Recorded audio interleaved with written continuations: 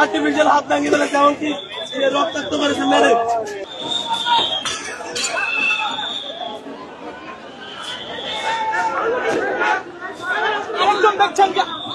আরেকজনকে এই মুহূর্তে পুলিশ লাঠিচার্জের মাধ্যমে আহত করেছেন। পুলিশের লাঠিচার্জে আহত হয়েছে। তাকে চেষ্টা করা হচ্ছে।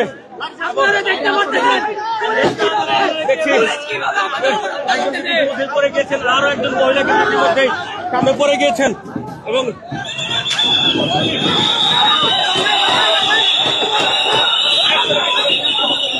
দর্শক, আহত ব্যক্তিকে নিয়ে যাওয়ার সময় কিন্তু পুলিশ আবার অতর্কিতভাবে হামলা করেন, আমরা দেখতে পাচ্ছি।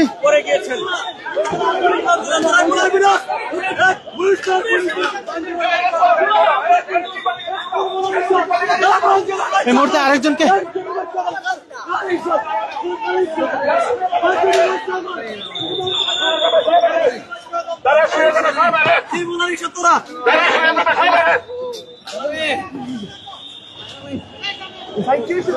আন্দোলনের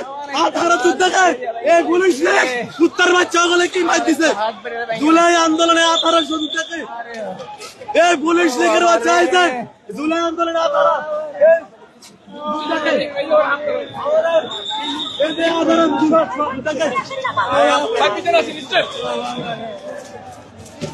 আন্দোলনে যুদ্ধকে আজকে পুলিশ লীগের বাচ্চারা কিভাবে এই যে আর্টিফিশিয়াল হাত ভাঙিয়ে ফেলেছে, এমনকি রক্তাক্ত করেছে মেরে। আপনাদের কাছে